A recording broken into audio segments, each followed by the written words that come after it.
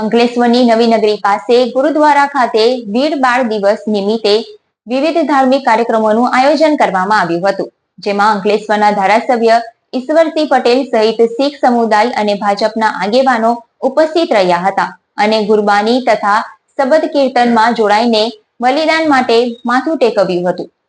26 December આજનો દિવસ શીખ સમુદાયના લોકો માટે ઘણો અગત્યનો દિવસ માનવામાં આવે છે। આજ રોજ ભારતમાં વીર બાળ દિવસની ઉજવણી કરવામાં આવે છે। દેશના વડાપ્રધાન માનનીય નરેન્દ્રભાઈ મોદીના નેતૃત્વ હેઠળ ભારત સરકારે તારીખ 9મી જાન્યુઆરી 2022ના રોજ શીખ ગુરુ ગોવિંદસિંહજીના પ્રકાશ પર્વ નિમિત્તે તારીખ 26મી ડિસેમ્બરના રોજને 10મા શીખ ગુરુ ગોવિંદસિંહજીના પુત્રો સાહિબજાદા બાબા જોરાવર સિંઘ અને બાબા ફતેહસિંઘજીની શહાદતની યાદમાં વીર બાળ દિવસની રાષ્ટ્રીય દિવસ તરીકે ઉજવવા અંગેની જાહેરાત કરી હતી। ત્યારથી 26 ડિસેમ્બર રાષ્ટ્રીય વીર બાળ દિવસની ઉજવણી કરવામાં આવે છે। આજે વીર બાળ દિવસ નિમિત્તે અંકલેશ્વરના ગુરુદ્વારા ખાતે વીર બાળ દિવસની ઉજવણી કરવામાં આવી હતી।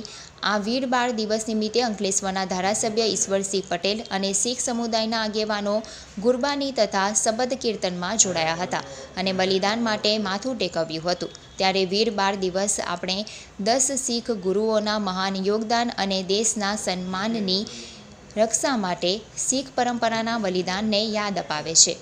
આ પ્રસંગે શહેર ભાજપ પ્રમુખ ધર્મેન્દ્ર પુષ્કરના, નગરપાલિકાના પ્રમુખ લલિતાબેન રાજપુરોહિત, શીખ સમાજના આગેવાન જસવીરસિંઘ મથુરુ, SS આહલુવાલિયા સહિત ભાજપના હોદ્દેદારો ઉપસ્થિત રહ્યા હતા।